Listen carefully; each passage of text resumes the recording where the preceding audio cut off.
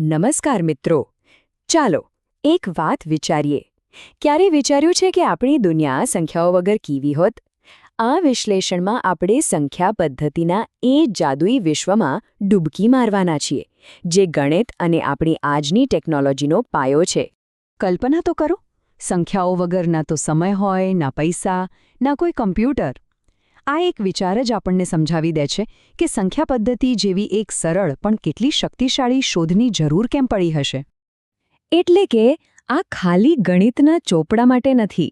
સંખ્યા પદ્ધતિ તો એક એવી સાર્વત્રિક ભાષા છે જે આપણને આપણી આસપાસની દુનિયાને સમજવામાં અને એની સાથે વાતચીત કરવામાં મદદ કરે છે. તો ચાલો શરૂ કરીએ આ સફર.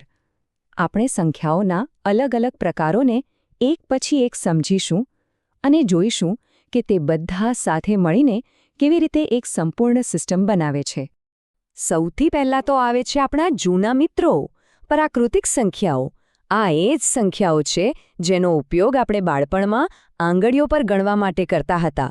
આ તો ગણિતના એમ સમજો ને કે એબીસીઝ છે. 1 2 3 4 અને આ ગાડી ચાલતી જ રહે છે, ક્યારેય અટકતી નથી, છેક અનંત સુધી. આ એ જ સંખ્યાઓ છે જે આપણને દુનિયાની વસ્તુઓ ગણવા અને વ્યવસ્થિત કરવામાં મદદ કરે છે. અને હવે વાર્તામાં એક હીરોની એન્ટ્રી થાય છે, શૂન્ય. જ્યારે આપણે પ્રાકૃતિક સંખ્યાઓમાં શૂન્ય ઉમેરીએ છીએ ત્યારે આપણને મળે છે પૂર્ણ સંખ્યાઓ. અને શૂન્યનો આ નાનકડો ઉમેરો ભાઈ ગણિતની દુનિયામાં તો જાણે ક્રાંતિ લાવી દે છે. તો હવે આપણું ગ્રુપ કેવું દેખાય? 0 1 2 3 થી શરૂ થાય, બસ આટલો જ ફેર. પણ આ ફેર બહુ મોટો છે. પણ જિંદગી ક્યાં હંમેશા પોઝિટિવ હોય છે, ખરું ને? ક્યારેક આપણી પાસે કંઈક ઓછું હોય છે, જેમ કે બેંકમાં દેવું હોય કે પછી શિયાળામાં તાપમાન શૂન્યથી પણ નીચે જતું રહે. બસ આ બધું બતાવવા માટે જ પૂર્ણાંક સંખ્યાઓ આવે છે, જેમાં બધી પૂર્ણ સંખ્યાઓ અને તેમની ઋણ સંખ્યાઓ પણ સામેલ હોય છે. એટલે હવે આપણી જે સંખ્યા રેખા છે ને, એ શૂન્યની બંને બાજુ ફેલાઈ જાય છે, જે આપણને ધન અને ઋણ બંને પ્રકારના મૂલ્યો બતાવવાની તાકાત આપે છે. હવે જ્યારે આપણે આખા પિઝાની નહીં પણ એના ટુકડાઓની વાત કરીએ ત્યારે શું? બસ ત્યાં જ એન્ટ્રી થાય છે સમય સંખ્યાઓની.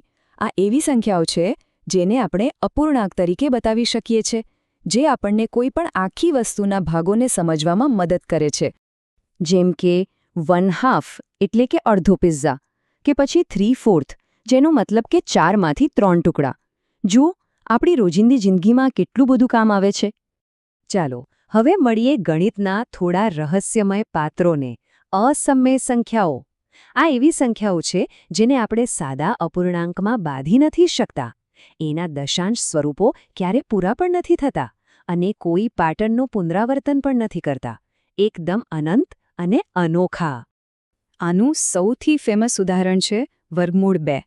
તમે એની કિંમત શોધવાની કોશિશ કરશો ને તો તમારું કેલ્ક્યુલેટર પણ હારી જશે, કારણ કે એ આંકડા તો ચાલ્યા જ કરે છે, કોઈ અંત જ નહીં.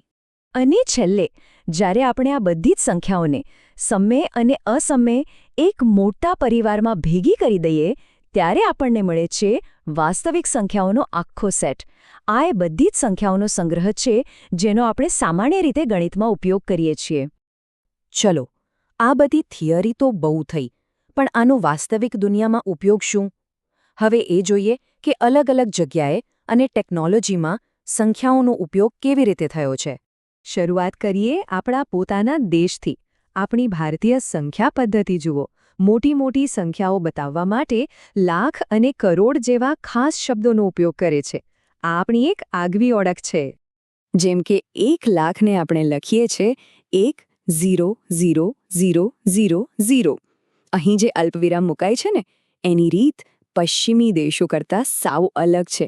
આ જ તો ભારતીય પદ્ધતિની ખાસિયત છે. અને આમ આ આંકડાઓ એના ખાસ નામ 1 લાખ સાથે જોડાઈ જાય છે. 1000, લાખ અને કરોડ આ ખાલી શબ્દો નથી. આ તો આપણા વેપાર, પૈસા અને સમાજનો એક મોટો હિસ્સો છે. અને હવે એન્ટ્રી મારીએ ડિજિટલ દુનિયામાં. આપણા કમ્પ્યુટર્સ, આપણા સ્માર્ટફોન એ તો સાવ અલગ જ ભાષા બોલે છે. હા, એ ડેસિમલ, ઓક્ટલ, હેક્સાડેસિમલ જેવી સિસ્ટમ વાપરે છે, પણ એ બધાના મૂળમાં તો છે બાઇનરી પદ્ધતિ. ફક્ત 0 અને 1. વિચાર તો કરો, આખી ડિજિટલ દુનિયા આ 2 આંકડા પર ચાલે છે. દરેક ફોટો, દરેક વિડિયો, દરેક મેસેજ બધું જ બસ 0 અને 1ની રમત છે. તો આ બધું જાણવું કેમ જરૂરી છે? શું ફરક પડે છે આ બધી સંખ્યાઓ અને પદ્ધતિઓથી આપણા જીવનમાં? ચાલો ફટાફટ જાણીએ. જુઓ, ભલે કોઈ સ્પર્ધાત્મક પરીક્ષાની તૈયારી હોય કે પછી ગણિતના બેઝિક્સ પાક્કા કરવા હોય કે પછી જે ટેકનોલોજી આપણે રોજ વાપરીએ છીએ એની પાછળનું સાયન્સ સમજવું હોય, સંખ્યા પદ્ધતિની સમજ હોવી એક સુપર પાવર જેવું છે. સાચું કહું તો ટૂંકમાં કહીએ તો સંખ્યા પદ્ધતિની આ આખી સફર એ માણસની બુદ્ધિની એક અદ્ભુત કહાણી છે. સાવ સામાન્ય ગણતરીથી શરૂ કરીને સુપર કમ્પ્યુટરની જટિલ ભાષા સુધીની આ સફર ખરેખર અદ્ભુત છે. અને હવે એક સવાલ સાથે આ વાત પૂરી કરીએ.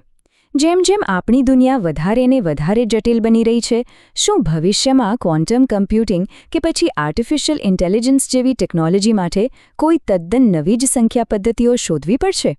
ભવિષ્યમાં શું છુપાયેલું છે એ તો કોને ખબર?